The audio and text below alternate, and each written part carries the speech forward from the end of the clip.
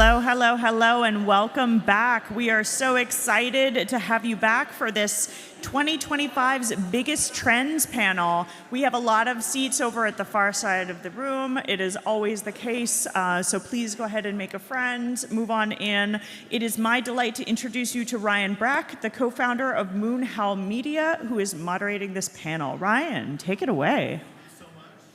Thank you everyone for joining us. Thank you to Reagan Communications and our sponsors. We're really excited to have everybody here in this room. Obviously, we're splitting our attention between two places. So just a quick raise of hands here. How many folks are involved in communications versus marketing? Communicators in the room? All right, that's a healthy majority. And then marketers in the room. All right, welcome marketers. Just wanted to get a sense also of your familiarity with AI. It sounded like most people had a basic understanding. Basic, intermediate, advanced. Basic understanding? Intermediate understanding? Advanced understanding. I'd say probably about a third, with advanced understanding a little underrepresented. So this is the Catching 2025 Trends panel. Welcome everybody. We have some esteemed panelists here, which you can read more about in the Reagan app. If you download the Reagan app, take a look at all of our backgrounds, you'll be able to get some insights into what brings us here on the panel. But let's start here with Leslie Douglas. Leslie is the Global Director of Social Media at Intel, followed by Wade Younger, AI Program Strategy Advisor at Humana. Then we have Renato Garro, the CTO of Corporate and Digital Natives at Google. And then finally, David Bowman, Product Director at Fresh. So we have some interdisciplinary backgrounds up here. We're really excited to talk to you about 2025 trends. So what we won't be doing is talking about space, quantum, robotics, things that we might be thinking about for trends in 2030. We're going to talk about 1 year, 12 calendar months of trends, 2025, and we're going to focus on applied AI. So we could be talking about a lot of things that are more advanced. Given the background of this room, we really want to focus it on internal comms, how to make your team and yourself career-proofed, what to think about in terms of external comms and evaluating and evolving your brand. And then finally, we'll talk a little bit about some further afield things like biometrics, about hyper-personalization, and maybe even transhumanism. Ready to go? All right, excellent. So why don't we start here by just setting the stage in terms of workplace comms and reimagining workplace communications. According to PricewaterhouseCoopers, 77% of companies now use AI for internal communications, but Harvard Business Review says that half of employees feel that AI is making collaboration more fragmented rather than more cohesive. That's quite a difference here. So let's start off, David, with you. You're deeply involved at Fresh in integrating Microsoft AI tools. According to Microsoft, Copilot boosted productivity by 30% in those who used it in just 6 months. So is that going to be the clear-cut trend for 2025? We're going to be hyper-producing content, or is it going to be more about doing the same old things with AI and just creating more volume of content and having more noise out there? What's the trend in your mind? Yeah, so certainly the trend that we've seen we're a Microsoft partner, so we have seen a lot of our customers investing in Microsoft Copilot for their employees. It's a fairly obvious choice, I think, for a lot of organizations because it's safe, secure, lives in their data, terms and conditions already signed with Microsoft. I think probably what we haven't seen enough of is leadership on some of the more edge cases in an organization, internal comms particularly being one of those. Lots of case studies and use cases out there about using Copilot for Microsoft Teams and getting summaries for email. And I think in the absence of leadership and information for internal communicators, we've tended to see a lot of Copilot being used to create content, right? That creates a bit of a challenge. This isn't always content that you want to write or want to create. It's not always content that people want to read either. We have seen, as an organization, some good use cases for deep research into how do I run a campaign, particularly for comms teams of one, using Copilot for how do I plan a campaign, feeding it context about the audience that you're trying to reach, the sector that your company works in, feeding Copilot as much rich context as you can do to be able to generate good campaign materials. I think if the only thing that you're using it so far is content creation, you are unlikely to see as much value in it as you could get out of it by deep research and being a Copilot. Yeah. MIT is saying that AI-generated emails score 15% less in terms of authenticity. So there is now a trust layer. In addition to content creation, there's also what does the content produce? Is it producing authenticity? Is it producing a closer connection to people? Is it producing trust? Leslie, you work in social media, so trust is clearly a primal driver with your audience. What do you think is the relationship, the dynamic that's going to happen when it comes to AI and trust in content development this year? Yeah, I think it's really important. Whenever you're leveraging AI, whether it's to generate creative assets, generate copy, to communicate externally, that it starts with a human and it ends with a human. Meaning that, right, you have someone putting in a really strong input, right? You have a system that is essentially a digital twin of your brand tone, your brand voice, your branding, et cetera. And then when it's generating this content, right, you have a human being reviewing what it's producing and what it's spitting out. Because what it does produce is often, it does sound a little corporate. It does sound a little bit dry. It does sound a little bit off. And so for us, we create a lot of content, but it always ends with a human being going through, modifying the copy, taking a look at the image. We don't generate any images with people in them, right? We generate a lot of concepts, and then we pass it over to our design team to kind of finalize and bring it to life in an authentic way. It sounds maybe too basic to say, but never use the first draft. Yeah, yeah, exactly. I find that, generally when we're talking to people and onboarding folks around AI, there is a general want or desire to, oh, I have the answer, let's go with it. Right, exactly. And we were talking earlier that it's okay for not everything to be AI. Like, it's okay that you were saying earlier, if you don't want to. Yes, yeah, I think there is a tendency to just think about everything now in the context of AI, and that it's fine for some things to be inefficient and not working that well. Not every problem needs to be solved immediately today with AI or an agent. And that affects sort of like If I the can chime pressure in, within the workplace as well. No, if I'm I can sorry. chime in on that one, I think everybody here hates those emails that people are sending you that have a ton of emojis that clearly were wrote by like one of these agents, and people are sending me text messages like that. I'm like, what happened to real people talking to real people? Like, we kind of lost that. So, I'm all for using AI in a way that, yes, can help you create some ideas and brainstorming, but then at the end of the day, that human touch, I think, is core to human communication. And I think if everybody's going to be just using agents to send emails and writing websites, then we're just talking to agents and bots all the time. It doesn't make any sense. There is an over-rotation where we can step across the line, and then it becomes too overwhelming. And PricewaterhouseCoopers says that 40% of employees are overwhelmed by AI recommendations at work, in the workplace. Wade, let's hear from you. What do you think about AI in the workplace? Are folks going to be overwhelmed, or are folks going to integrate at an organic pace here? One of the things that I'm working on is what exactly is changing in the age of AI. And one of the things is downloading or reducing cognitive load, which basically means AI is doing a lot for us, yes, but what are we doing with that other time? Because if we're using it too much, all of a sudden we're not as sharp as we used to be, we're leaning in too much, we're starting automating everything. But on the other side, if there's too much cognitive load, it leads to stress, burnout, and then procrastination. So there is a balance between how to use AI. So there's always the human intervention.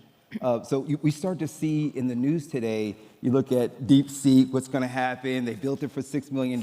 Is that really true? It outperforms ChatGPT because ChatGPT says, hey, we built our model for $100 million and you did it for $6 million. Is that really true? But the benchmarking is saying, yeah. So what do we do with that information? The change is taking place is how will we play in the future? I really look at it analogous to how railroads were invented 150 years ago when there was it was called a railroad war, where who was going to build the tracks first. But it wasn't about the track. It was all about the transportation and what we're going to do with it. So same thing here. We're building out the infrastructure as far as the models and the platforms are concerned. But the next thing, as far as 2025 and 2026, is our cognitive behavior and how we're using the tool. It's the human intervention. The human intervention is so important because, we're dealing with machines. We've given them inanimate qualities, right? We're calling them by names even. We're sort of engaging with them in conversation. But one of the trends that we're seeing is moving from conversation with large language models into agentic models. So instead of just having a conversation, now AIs are able to take an action for you. So purchase a plane ticket, plan a vacation, call a nail salon, these sorts of things. What is on the horizon in 2025 in terms of agentic AI? Anybody want to take that? Yeah, I'll take it on. So for everybody here that may be newer to AI, so basically what you play with on a day-to-day basis, hopefully use Gemini from Google. If you haven't, I highly encourage that you download it. If you have an iPhone, by the way, you don't need to download it. It's just you go to the Google app, make sure that it's updated, and it will be up and ready to be used. If you have an Android, you have to, it's also embedded into the platform there. So try it out. But basically, agents is, like the evolution of what used to be like bots, right? But basically, bots were designed to be able to follow specific logic. That is a step 1, 2, 3, and then if else kind of logic, where agents are autonomous and they can make decisions based on how they're programmed, let's call it like that. And like one example could be buying tickets. So for example, like Google is going to release, coming hopefully soon, on Google Maps, right? Sometimes we want to go to Orlando, let's say, and then you want to plan your trip to Orlando. I need to make a gas station stop. Maybe I want to grab lunch along the way and then go to Orlando. And sometimes I need to look for the gas station and then go look for lunch and then go to, like, do I want to go to, Universal, whatever.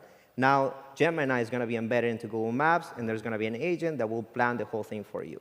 And it will ask you, do you like, you like pizza, you like sandwiches, and then it'll route the whole thing for you. And it's a quick little agent that is embedded into Google Maps, but it's making decisions for you based on what you're telling it. So that's one quick example. But I guess for 2025, what more futuristic kind of stuff that it's maybe 2025 and onwards would be agents that can execute specific tasks. That's simple enough. That's one agent. It could be a marketing agent. So Google created an agent that can orchestrate the whole end-to-end marketing workflow, from generating campaigns to generating the images for sending newsletters, to generating the copy, to sending those emails. Of course, human in the loop, right? What I was saying, you need to make sure that there is somebody that understands communications and marketing to be able to vet those steps. But then at least the workflow will be automated. To multi-agentic systems, which means that you have a marketing agent that then talks to a PR agent, that then talks to a technology agent to deploy the emails on SendGrid or something like that, or at grand scale. So then you have multiple agents talking to each other and executing multiple tasks. And then on top of that, you have multi-organizational agents, means that a bunch of agents can execute something that a whole company would be able to do. And then on top of that, you could have country-level agents, basically virtual countries that can basically be created by bringing together a bunch of agents, but it's super futuristic. And I think that's the roadmap that we may see in the next, maybe, I don't know if next year, but probably next 10 years, hopefully. Do you find that people find the idea of creating bots intimidating? Because I look at it like we used to use macros in Excel or Word, and you create the macro and it does the function. So it's like, is it like that? Yes, there's some easy to use platforms. For example, like Google has Agent Space, so we just released Agent Space. It runs on top of Workspace, so if you use Gmail, you can basically create an agent that can execute a workflow for you, and you don't need to be a programmer. You can just drag and drop and then connect your apps and then get to an end-to-end workflow. And there's other platforms like that from other providers, but we're making it easier for everybody to use agents. So yeah, I think, but yes, it can be simple in that sense, but then you can also make it super complex if you want to. It requires some planning and some considerations and thought as well, because if your organization doesn't have great data, the systems are maybe a bit old and creaking, governance isn't in the right place. Some of those things are going to need to be resolved and considered before spending a lot of time thinking about agents. So it's not something that you can just drop into an organization that has maybe over-invested a lot in point systems or doesn't have good data governance. That resolving some of those challenges first is going to be where people will spend time this year to be able to pivot into agents end of this year into 2026. Yeah, we all sort of probably had our first introductions with LLMs or agents from a B2C perspective, like what in our daily lives are interesting to us and sort of made the evolution into B2B. How are we using it in our professional lives? When it comes to agents in our professional lives, Leslie, I wonder, are you sort of seeing like TikTok, for instance, has an agentic program where it builds content for creators who it understands their brand for. What are you seeing in the social space when it comes to content creation and AI? A lot of things. So many. What would you say is the biggest trend here for 2025 in that space? Well, I think what you're seeing is all platforms start to integrate, like as you said, AI features specifically for content creators. And I think when you're a content creator, or let's say you're managing the content of like a lot of comms folks in here, like your executive leadership, there's going to be a lot of tools built directly into the platform. And if you leverage those tools, you're far more likely to show up in feed because you're leveraging the technology built into platform. When you're creating content for a brand, right, we're typically creating content, doing reviews and approvals outside of the platforms. So we're not leveraging what's in platform.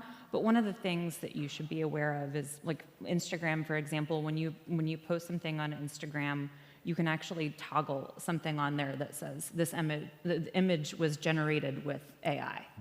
And so I think there's also going to be a lot of like, how do you disclose on platform that you leveraged AI to generate the copy or the image, and what responsibility do you have to disclose that? And so for us, our legal team is real tight. So we leverage it a lot for concepting, but final assets are always. That's a great point, disclosure and transparency. And I wonder, just show of hands, how many people, when you're creating content at work, disclose to the end user that it's created using AI? And those that don't? It's okay, we're honest here. Cool, the equal amount of hands. Maybe the trend is that we will now start to disclose when content is purely made by humans versus when it was created by AI. Let's talk a little bit more about content creation. Amazon has made a killing at personalized recommendations and content creation in their platform. It has increased their revenue by 35%. Wade, let's talk a little bit about sort of the ethical line here. When is that crossed or not when it comes to personalization and AI? Privacy rights, your digital trail, the corpus of data that companies are potentially using? Well, we all enjoy customization. With Netflix or Hulu or wherever you're using, we appreciate the recommendations. But we don't always use the recommendations. Sometimes we're in a mood for something a little different. So in regards to that, we kind of get involved in what's called an echo chamber, where you just keep getting the same thing. So that's the downside of customization. So what we want to do is be able to change the mood if we feel like it. So as far as content creation, because in regards to AI, what you're looking for is not just content creation, but also predictive patterns, and then from growth from there. So in regards to looking for something different, it's a matter of not just looking at the blanket audience as far as, oh, you did it this last week, it's going to be always that way. No. So we are now looking at more agile compliance rules and regulations going forward. It's interesting, the reason why this is important. If you look at innovations from the past, it has been the personal computer, the internet, smartphone, streaming, and then e-commerce, Amazon. But those particular innovations were all about the distribution of information, and that's fine. Where's the regulations there? But AI, it's about the receiving of information, the manipulation, the reasoning, if you will. That's where the compliance will come into play. So with that being said, what we have to do is rethink how a breakthrough influence takes place, how it's evaluated, valued, and then it becomes what we talked about, an unconscious competency. We're all using it because at this point, it's like, will I really use a bot in the future? Of course we will, just like we have a smartphone, we have a computer, we wash our hands, unconscious competencies. So the same thing here in regards to compliance. It's not just a matter of one size fits all. It has to be agile based on those situations. And maybe 2025, one of the major trends that at least I'm seeing, and I'm not consulting, is that there is a closing of the delta between people who have policies that cover the things that you're talking about and the folks that haven't had the policies in place. And so there's a meeting in the middle now. Fortune 500s, or at least public companies, they have a fiduciary duty to their stockholders to be transparent also about how they use AI. There are more policies at work. So I see one of the trends of 2025 is a narrowing of the gap in terms of policies at work. Is that sort of what folks are seeing as well? There's a narrowing education and policy gap in the workplace? Yeah, definitely. Yes, yeah, and I think providing good, clear, transparent communication for employees about what they could do, should do, how they should do it, is going to provide more authenticity in the content they're creating in their internal systems. And the folks that are here are probably going to be one of the key folks to help evolve their workplace to using AI. What would be one of the first steps that people can take, that they could take if they're interested in bringing AI to the workplace in terms of policy development?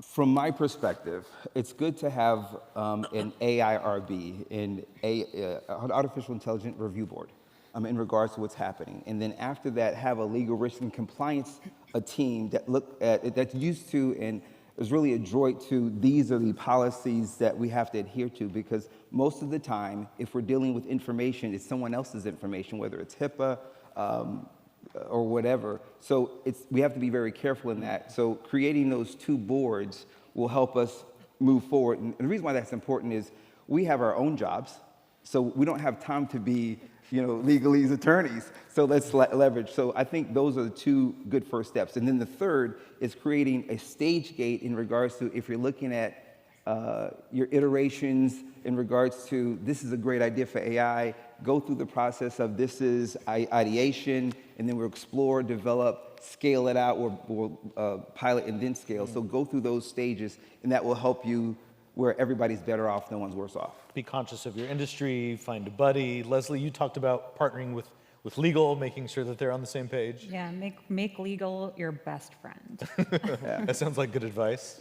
David, you probably deal with a lot of folks who are onboarding as well with AI. What have you noticed? So I think the relationship between internal comms and IT is also very important, and making sure that whatever decisions you're making, buying new systems, storing your data, making sure that the IT department that you have in your organization is aware, involved in the discussions that you're having with your chosen vendors, making sure that the comms tech stack that you're using lines up behind the IT strategy is going to give you a much easier path forwards to be able to utilize this technology. Yeah, on that, there's a big problem now with shadow AI, which means it's people that are using AI tools that are on the market and IT or the business doesn't know about it. So then that's leaking information outside of the organization. And it's a big problem, especially as we see open source models that haven't been vetted to be available for people to use. We don't know what's happening there. So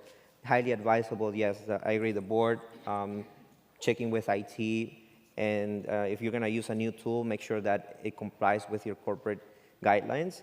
And then establishing Google has released something called the Safe AI Framework, if you look for it, Safe AI Framework. And it's a guideline, a PDF that outlines all the steps that you need to take as an organization to make sure that you implement a responsible AI model in the company. Because with regulations, regulations are going to change here in the US and in Europe and so many other places. But if you have an AI framework of responsibility, then you're going to be better equipped to be able to adapt to those different frameworks. So I would say those kind of like 3 points on that. You mentioned about like the tools and shadow AI, and there's a lot of tools out there, and I think that there's a desire from marketers and communications leaders to test things out, and there's something new over here, there's something new over there, and you can get kind of like, carried away, and then your company information does get out there. And so like my recommendation for those of you like looking to build out your AI tech stack is leverage the tools that you already have retainers and contracts with, because every single one of them is building out new AI features and have tons of AI features coming in the product pipeline. And so that's been a really great way for us to build out the AI capabilities of our content generation, content creation. Like Sprinkler, for example, it's our social media management platform. Like we signed like I don't know if they're in here, like a no-cost SOW with them to turn on a bunch of AI features because we already had, their system. And that was a much easier sell to legal and IT because we already had a documented relationship with them. So whether you're using like Adobe or Talkwalker or any tool or technology, it's almost certain that they have AI features already built in or more are coming. Another macro trend, organic growth for vendors in 2025. Yeah, exactly. There's another trend I wanted to talk about. We have the opportunity to have Google on the stage represented by Renato, even though you're speaking as an individual, not as the company. But search is being impacted this year pretty significantly by large language models and now by agentic AI that will take action on behalf of people. Search engine optimization, publication has said that between 15 to 20% of traffic, organic traffic, has been lost to publishers because of a new way of interacting with data. Right. What do you see as sort of on the horizon? Are we moving now from a world of like SEO to GEO, generative AI engine optimization? What's the trend when it comes to search? Yeah, I think hopefully here everybody understands how SEO works, but in a nutshell, right, Google has an algorithm that measures the relevance of your website based on backlinks and other information on the web, to put it very simple, but it's a very complex algorithm. Where generative AI, let's say engine optimization, it's based on the content that you generate or create, hopefully, not generate. So this content, it has to be quality content because the AI can measure that something was made out of AI. So then if you start generating a bunch of like pages that are AI generated and they haven't been, let's say, vetted by a human and it has a creative component, then it's going to be flagged as AI content, which is not going to prioritize you on the Gen AI, let's say, engine optimization algorithm. So, and then there is other tricks, actually. There is, if you use one of these, like, tools, whether Gemini or the other tools out there, which I don't highly recommend, you can search for stuff and you'll find, like if you look for top shoemakers in the US, right? You will find some like random like providers that show up because they ended up being super smart and did this like Gen AI engine optimization, basically injecting on their website code that they're the best, basically. And then when the crawler goes through the site, then it reads it, right? So then it just kind of like understands that this is one of the best. But now of course we're being, I guess, more sophisticated, and we're removing those kind of like jailbreaks into the system. But it kind of shows you that what used to work before doesn't work as well anymore.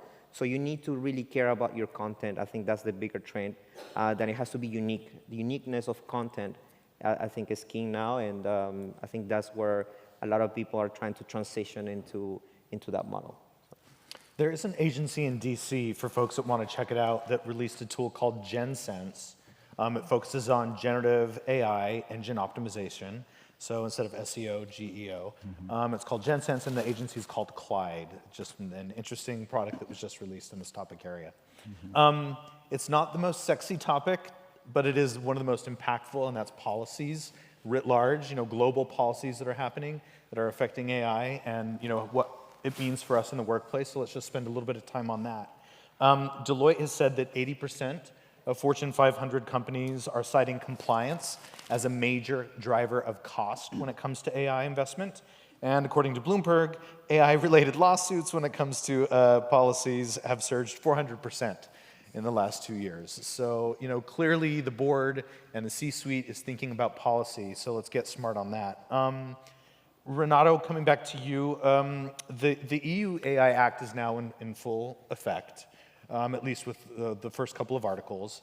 When it comes to the United States, Vice President Vance was just in Paris talking not about AI safety, but AI innovation. So, you know, the obverse side of the coin when it comes to AI. What should the folks in here and their companies be doing to think about AI compliance in this new world that is very balkanized? The EU is proactive in policy. The US is going to be hands-off in policy. China has a very, very direct, hands-on approach when it comes to policy. What's the best approach? Yeah, I mean, you know, you guys know GDPR, and that was implemented, you know, a while back, and organizations had to, if you're an EU citizen, basically, even if you're an American company, you're using information that is basically generated technically by an EU citizen that is living in the States, you need to abide by GDPR standards.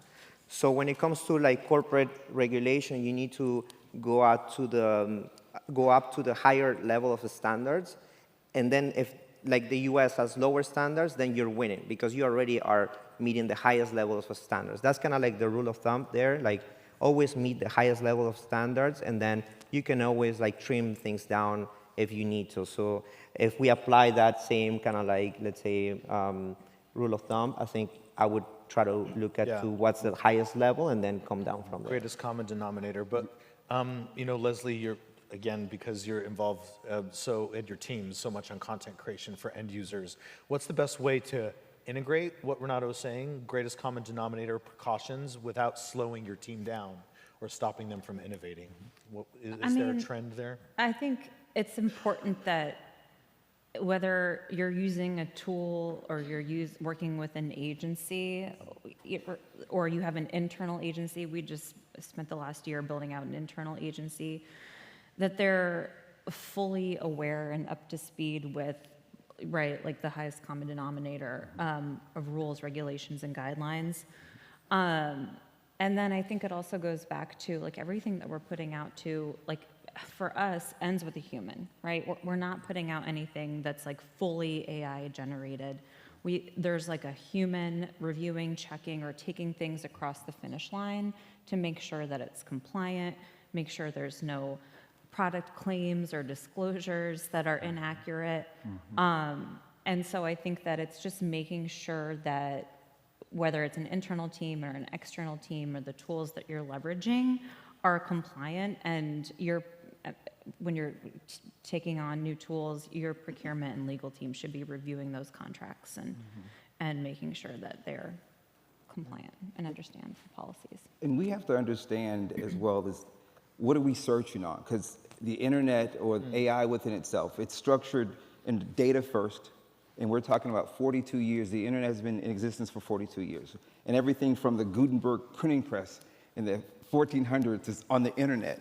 But not all of that information is viable, valuable. So there has to be this colander that we're straightening it down.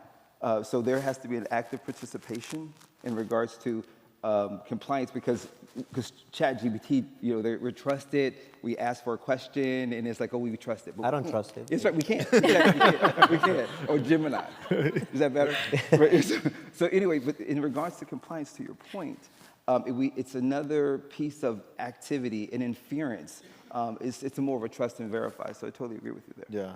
Yeah. Are there certain industries that you think, you know, from people working, we have a lot of intersectionality here, it should be focused more on regulation and compliance than others, or is it par for the course? Wherever regulation and compliance exists, you should double down because AI is going to make it even more so.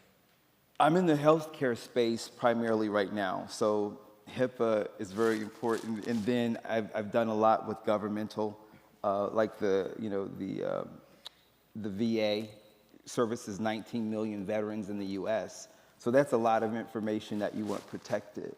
So as far as what's the number one, instinctively I would say healthcare, and then finance, and then insurance, but that's a singular perspective. David, where are you sort of seeing client onboarding when it comes to integration with AI and people really focusing on compliance? So, you know, we're primarily, our consultancy business primarily in the UK, so heavily influenced by the EU AI Act.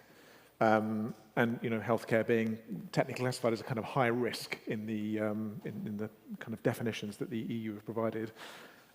the EU have done a really good job, I think, actually, of providing consumable, useful information about the Act, and I think it's useful to read and understand what the kind of key points they're trying to put across there. So that has been the kind of main guidance for us. I think one of the things that's interesting in there is about this transparency risk. So making sure that people that are using the AI systems that you've created are explicitly aware that they're talking to a bot, they're talking to something that's automated, it isn't a human being that's on the other end of that. And I think whilst for those of us in tech, that always feels evident and obvious, it isn't always obvious to normal humans that are interacting with these systems that we're creating. So I think that, there are some really important guidance points on there, and being influenced by what's happening in those regulations, I think it's important. Bots, a big topic of conversation, especially last year where the majority of democracies in the world had an election. Bloomberg reported that they saw a 900% spike in deepfake election ad interference last year, which is understandable given the cycle. But we've seen companies like Meta back off of comment and bot moderation, with other peers following. So when it comes to regulation, are we expecting companies this year to self-regulate when it comes to comments and bot activity, or do we expect other government entities to sort of step in and create new standards? I think this is something that organizations need to be proactive about. I think waiting for social media companies to fix this problem, unlikely to happen. Waiting for government, state, regional regulations, that it might influence the decisions that you're making, but I think it's going to need proactive effort on the part of organizations to tackle this. Consumers, brand influencers, employees are all going to anticipate that, companies have got good policies and procedures about this stuff. So getting ahead of it rather than waiting feels to be the best approach. And I think, right, like when you're putting content out across the digital landscape, paying really close attention to the platform content moderation, their brand risk and safety policies and guidelines that they have in place, especially within paid media and advertising. We've had to pull off platform, as a platform I will not name, because of the brand risk and safety guidelines. And then we're like, okay, well, maybe we'll try it out again. We'll put a little bit money back on this platform again and see. And almost immediately we had an issue where our content's showing up next to inappropriate content in feed. And it's just not a good look, and it's not how you want your brand to be associated. And so I think you really need to kind of look across the platforms where you're putting content out and understand their content moderation guidelines, and then put some prioritization around that, or think through alternative ways that you're going to execute content on that platform. So maybe you pull back on paid media, but maybe what you really do is you lean into your executives, your leaderships, your subject matter experts to engage in those conversations. And so you're kind of shifting away with how you're engaging with audiences on those platforms because of the risk and safety. And then that's where you leverage AI to. And there are some tools that are in market that are doing this, because just as if your brand isn't participating on that social media platform, it doesn't mean that people aren't faking the fact that you're on that platform. Yes. And needing to be aware of how your brand is being represented by, bad actors is really important as well. Yes, we've had people. I'm sorry. Just, No, please. pretending to be our brand and run advertisements as our brand on platform, and even the platform itself didn't catch it. So it's like you really have to pay close attention and be prepared to be agile. Vigilance is the name of the game. Let's move away from policy now and talk about future-proofing our careers and our team's careers when it comes to AI. I wanted to cite this stat, which is quite startling. According to Gartner, AI will automate 25% of all marketing and communication tasks by the end of this year. 25% of all of our work will be potentially automated by AI by the end of this year. Yet only 30% of CMOs say their teams are prepared for that shift. Again, this is according to Gartner. So, obviously companies that integrate AI are growing faster. MIT says that companies that integrate AI grow 50% faster than those that do not, so clear incentives if anybody still needed to be sold on integrating AI. But there's still a literacy gap. when it comes to AI. So, again, this topic is about trends for this year. What specific AI skills should marketing and comms professionals really focus on for themselves and their teams in this calendar year? Prompting, number one for me. I think there's some great resources that are out there already. Takeaway for people today, there's a Microsoft Learning course on GCSE, which is a kind of structure framework for employees to create prompts. I've got to try and remember what they are now. Goal, context, source, expectations of structuring prompts, using that as a framework. There's some great visual material on this on the Microsoft website, but that's been a really useful frame of reference. We've been helping our customers to navigate how to get the best out of existing tools that they're using. And I would put on top of that speed to iteration, speed to implementation and experimentation, and then the ability to rethink everything. And I do mean everything, because the future that we're looking at is not what we expected. I mean, think about October of 2022. If we were talking about, well, in 2025, we'll be talking about this ChatGPT or whatever, Claude, Gemini. There you go. It's not happening. So now, just reimagine everything as far as how you present, how you interact, react. And in regards to AI, we know it's easy to generate content now.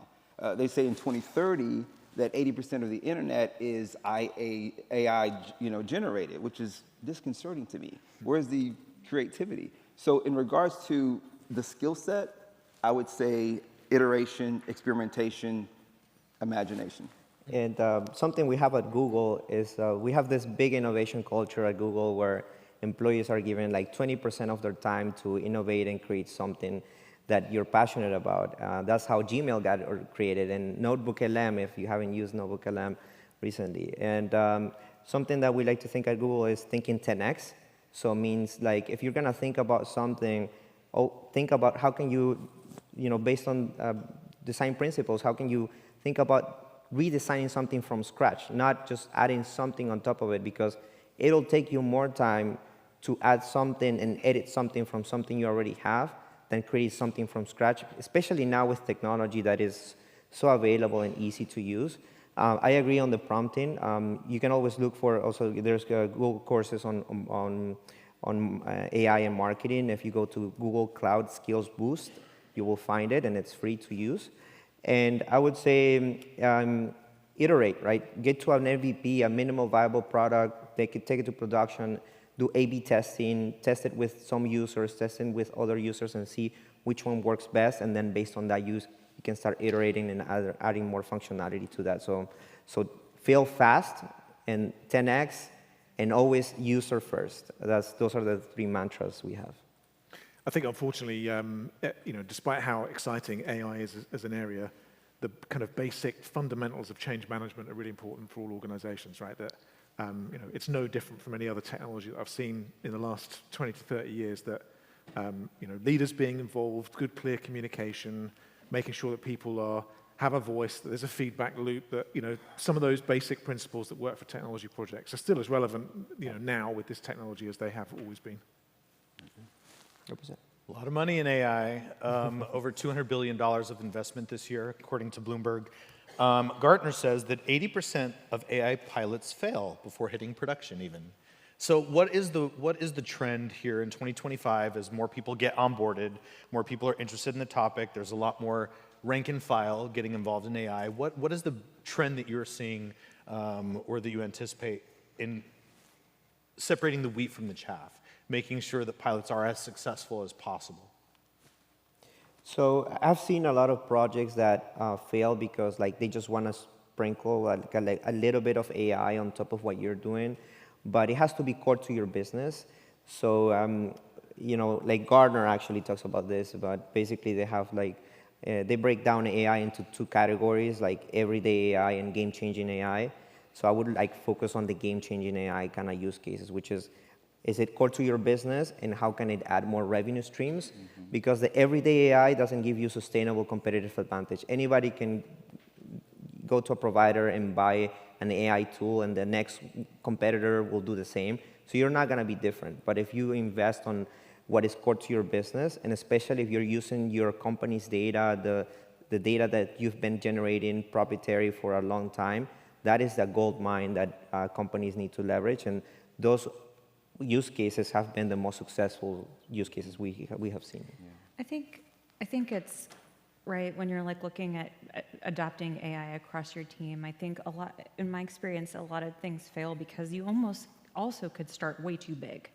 You make a big investment, you expect it to solve all these issues, and then you're massively disappointed because you weren't, identifying what's core to my business or what's the one specific solution I was trying to solve. And so for us, when we were starting to ramp AI and generative AI across our team, we did what we called AI case studies, where we brainstormed as a team, okay, like what are the 10 specific challenges or problems we need to solve? And what is the outcome that we want? And then we evaluated, like, what are the tools we already have that could do this? What could we test that could potentially do this? And then we just really documented time saved or return on investment, like document your results and what you're achieving, and make sure that it's very specific to what goal or objective that you're trying to achieve. And I think that you're going to be far more satisfied and happy with an outcome when you make it really specific and focused, rather than trying to solve like 10 problems with one tool. And of course, there's tools that can do that, but if you're just kind of ramping pilots, I think it's really good to be specific. The last calendar year, to your point, we had 200 use cases, just great ideas, ideations, and then it was narrowed down to 30. And then from those 30, 5 of them were really not good ideas because it wasn't, creating growth or savings or efficiency, because those are the points. And then so it's okay to just, cut the vine. If we're not doing it, it's not happening, just cut your losses. But I start to look at this whole process like dating, where you meet and it's like, oh, this is great, they're pretty, and then as you get to know them, is there conversation, is there any likeness, and then as you narrow it down, this is a yes or no. So same thing with use cases, you have to go through that process, but don't fall in love with this can just save everything. Mm-hmm. It's called OTC, order to cash, where you just look at your entire process and say, can this satisfy my lacks throughout?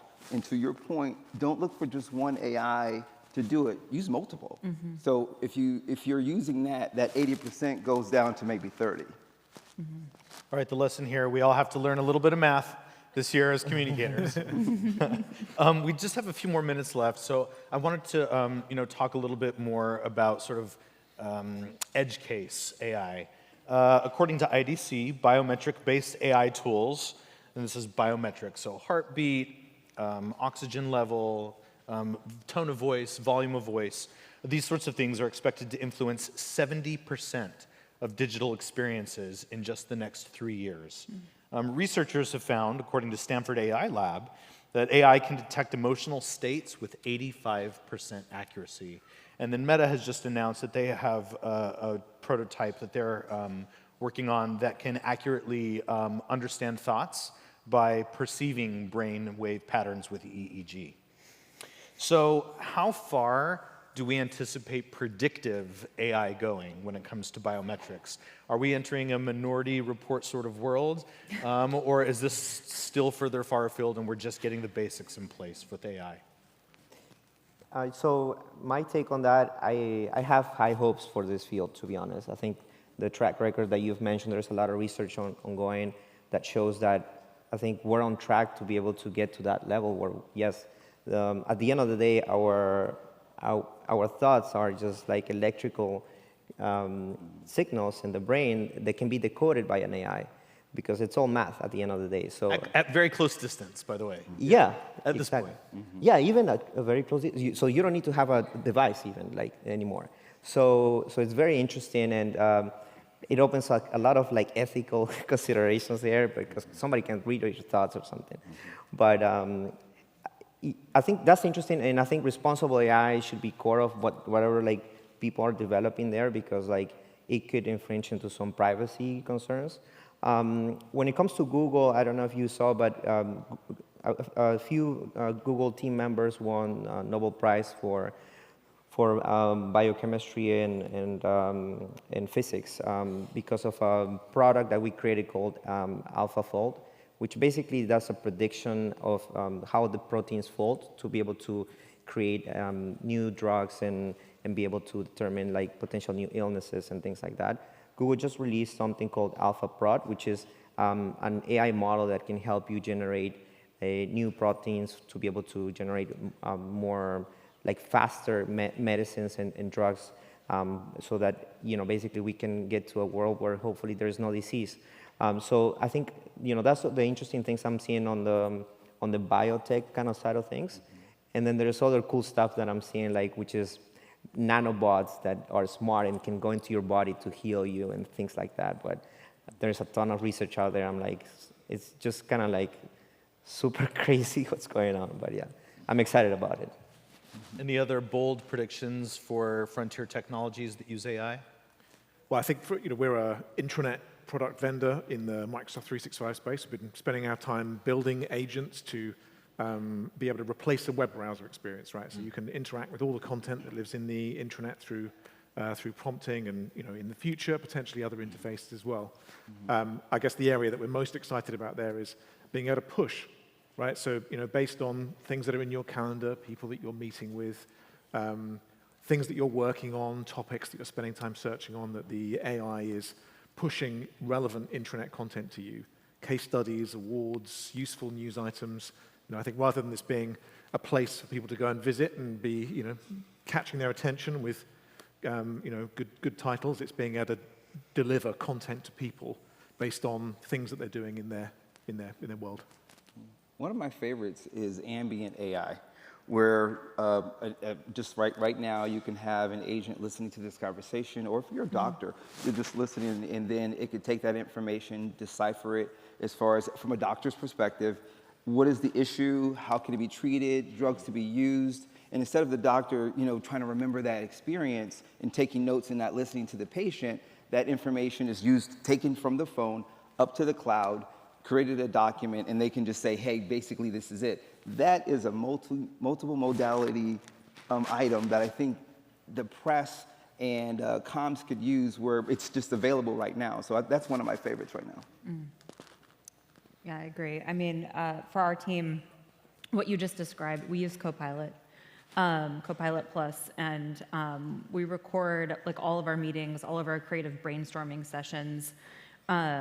We capture all of that, and then you can put it into Copilot, and you can distill down like what were the top 3 ideas, or what was the feedback, and it just saves so much time and makes you so much more faster and efficient. And it is like a really easily at hand capability that is starting to be built in everywhere. Yeah, nice. All right, last question, hopefully highly tweetable responses. One word, when it comes to 2025 trends in our industry, what comes to mind?